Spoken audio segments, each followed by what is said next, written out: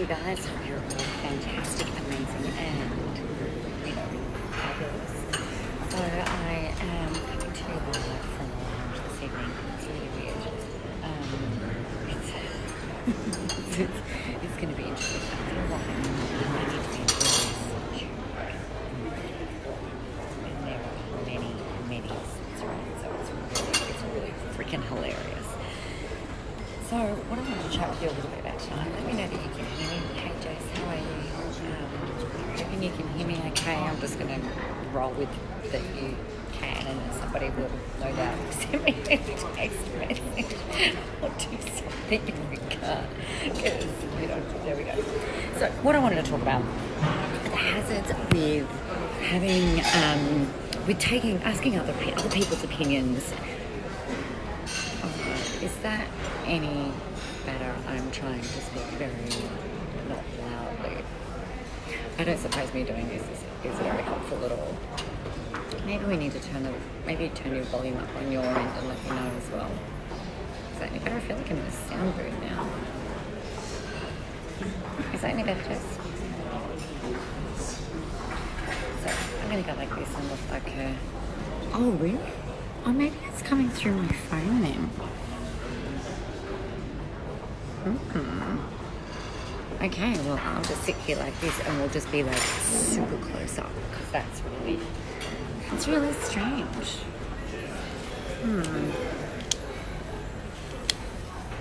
Hang on a second.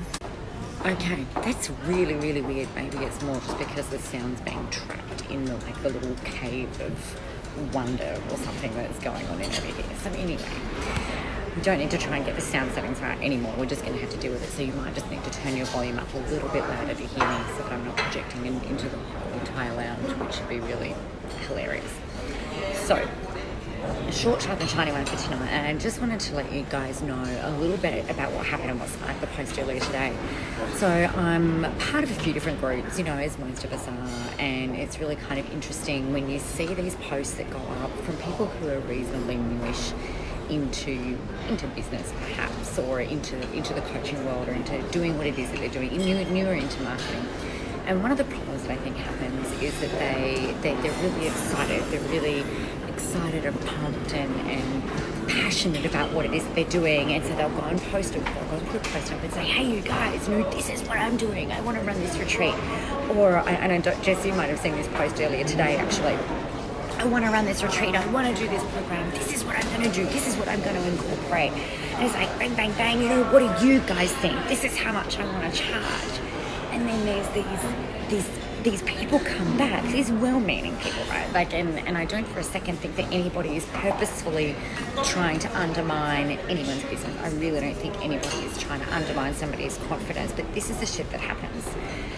We've got people who are in groups with other people who are not successful business people, right? They're all learning, they're all going through these things, and I see this happen all the time, where there is not somebody who's really a leader in one of these groups, and these people say, hey, what do you guys think? And then someone comes out like this particular post was this lady was talking about running a retreat for 5 days, a live-in one. It was going to be $5,000, and someone's gone, there's no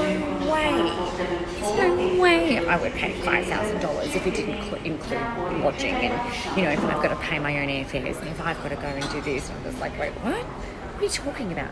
And then somebody else says, oh yeah, that'd be great. And then somebody else says, oh no, you shouldn't run a retreat, you should run a course. Someone else says you shouldn't run a course, you should run a live event.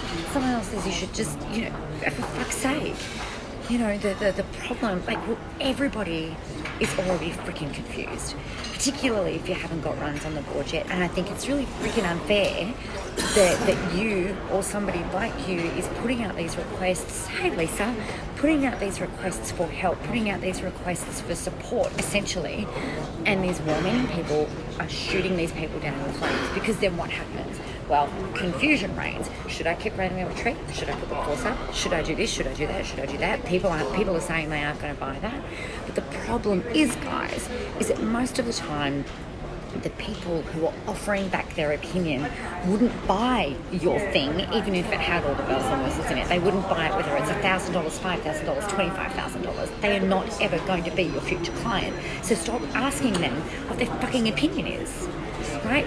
The people that you should be asking for opinions from are, like in this order, a mentor who you pay, right, to ask because they have been there before you, where you say, hey, this is what I'm thinking of putting together, you know, what do you think? And they will usually, if there's somebody who's good and who is worth their weight in gold, they will say, well, how do you feel about it? How do you feel about marketing it? How do you feel about pitching it? How do you feel about talking about it? Because if you are not excited about it, if you cannot say, like, this is the best thing ever, I am so freaking excited, I am so pumped, then what do you think is going to happen?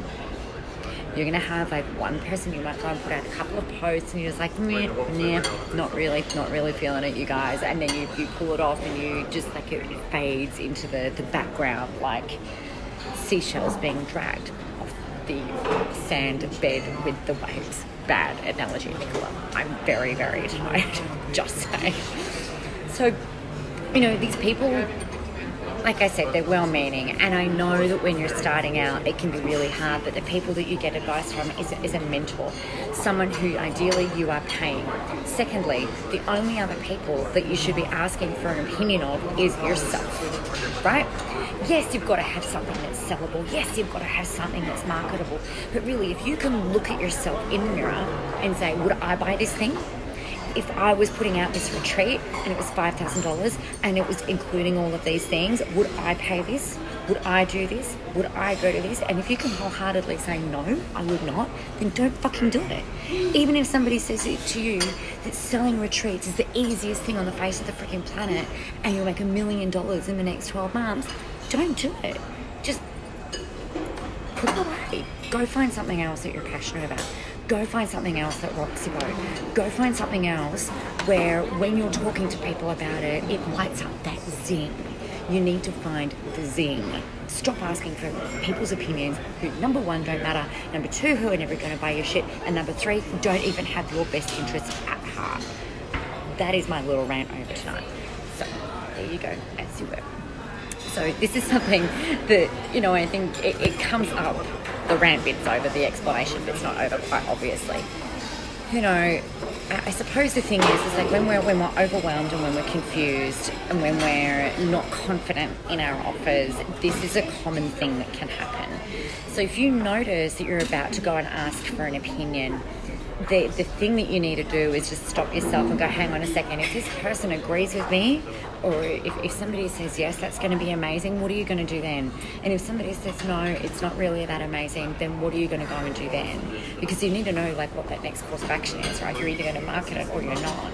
But like I said, you've got to be excited about what you're doing, because if you're not excited, no one else is going to be freaking excited. So you should all be in the queen of the motherfucking internet, by the way, because I am so excited about that program. But, you know, that's a whole other thing. Thank you. It's a whole other story. Sandy, awesome honesty, just got lots of clarity. Awesome. You know, and the only other exception to this, like you guys know one of my best friends, Joe Muirhead, and I know that if I've got one of my mentors, if I've asked for their opinion on something, that's one thing.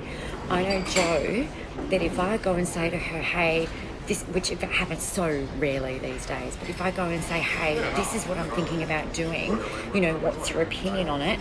She knows me well enough and the process well enough to say, well, hey, you know, what is are you excited about it? Is this something that your people have asked you for? You know, is this something that you're really aligned with? And then her opinion on it is actually irrelevant. She's not going to buy my stuff, but she's been around me long enough to know that if there's a zing, then you know I'll make it happen. And now obviously the caveat to all of this is that what you're doing is helpful and of service to the people who you want to market this to, who you want to buy it, right? Like so that's an assumed level of thing in the content of what it is that you're building out together.